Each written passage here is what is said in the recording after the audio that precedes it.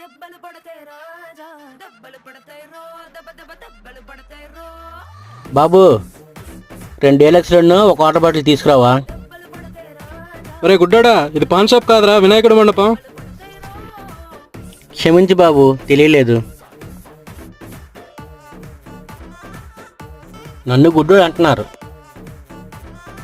మీకు కళ్ళుండి కూడా ఎక్కడే పాటలు వేయాలో తెలియదు. అలాంటప్పుడు ఆయన తెచ్చి ఎందుకు అవమానిస్తున్నారో ఏంటో. అవును, నిజమే కదా, మేం చేస్తుంది తప్పు. స్వామి నన్ను క్షమించు.